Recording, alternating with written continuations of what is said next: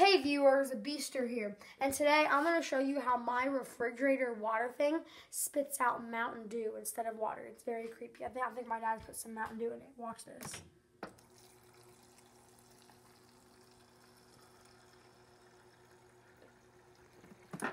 Now, come over here as I stir the water.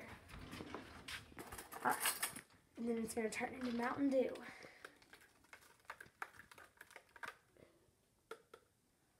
Check that out. Now that's some sweet Mountain Dew, right? Yeah. So, now, comment below and tell me, and I'll explain to you how to make your water thing spit out Mountain Dew instead of water. See y'all.